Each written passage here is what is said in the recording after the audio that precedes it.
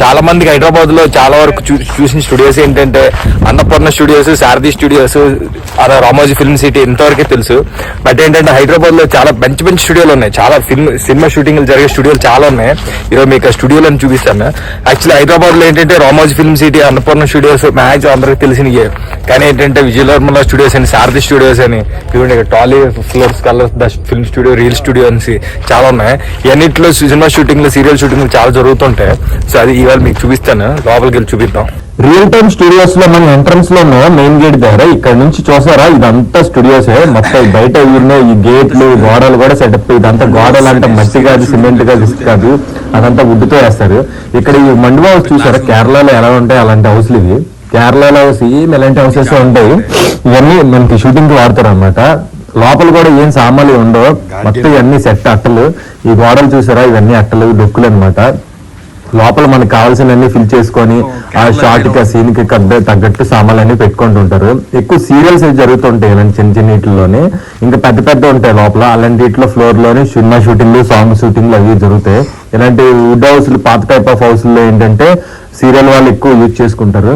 Serial content కి ఇది బాగుంటది హౌసెస్ అని. హీరోయిన్ హౌస్, హీరో హౌస్ అలాగనమాట. చూసారా కిందన గోడలు ఫినిషింగ్ చూసారు కదా. ఇక్కడ గార్డెన్ అనమాట ఇదంతా కూడా వాడేస్తారు షూటింగ్ కి. ఏ షూటింగ్ స్టూడియో అయినా చిన్న ప్లేస్ కూడా వదలరు. అన్నిటికీ డబ్బు కట్టాలి, అన్నిటికీ వాడేస్తారు. ఎక్కడ పడితే అక్కడ పెట్టేస్తారు షాట్లు.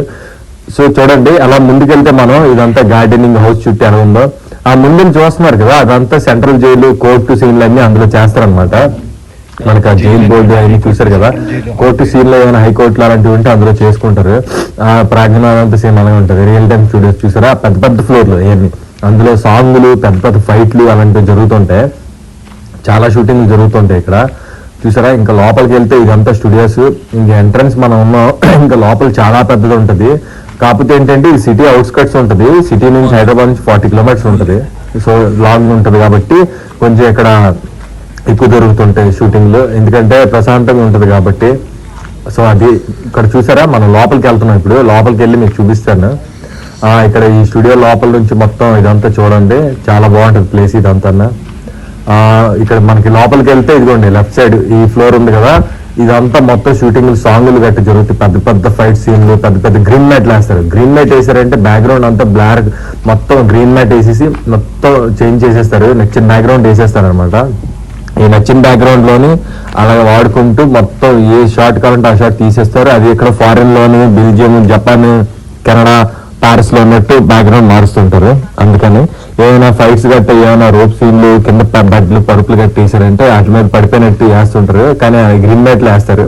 వెనక్కి ఏమైనా బండరాలు పడిపోయినట్టు అవన్నీ వేసుకుంటారు అనమాట. అది విజువల్ ఎఫెక్ట్స్, విఎఫ్ఎక్స్, జిఎఫ్ఎక్స్ ఇవన్నీ పెద్ద పెద్ద సిస్టమ్ లాట్లో చేయాలి. పెద్ద ఎడిటింగ్ షూట్లు అవన్నీ ఉంటాయి. చేసుకుని షార్ట్లు సింపుల్ గా చేసుకోవాలి. అక్కడికి వెళ్తారు, అక్కడ మళ్ళీ గ్రాఫిక్స్ యాడ్ చేస్తారు. ఇక్కడ మీరు మన ఛానల్ చూసి సబ్స్క్రైబ్ కొట్టారంటే ఇలాంటివి చాలా వీడియోలు వేస్తాం, షూటింగ్ వీడియోలు అవి చూడండి. ఇంకా మొత్తం ఇదంతా స్టూడియోసే. క్యారవెన్ లో అవి చూపిస్తాను. ఇదిగోండి అటు సైడ్ బ్లాక్ కలర్ ఉంది కదా, సీనియర్ నరేష్ గారి క్యారవెన్ అది. ఇది జనరేటర్ ఇది. సో ఎవరి దగ్గరకు ఉంటాయి కొంతమంది పెద్ద పెద్ద సెలబ్రిటీస్ అంటే ఓన్ క్యారవెన్స్ ఉంటాయి. సార్ది ఓన్ క్యారవెన్ చూసారా. సో అది ఇక్కడ ఈ బిల్డింగ్ కూడా సేమ్. అంటే అక్కడ ఆపోజిట్ అది కూడా పెద్ద పెద్ద కాలేజ్ సీన్లు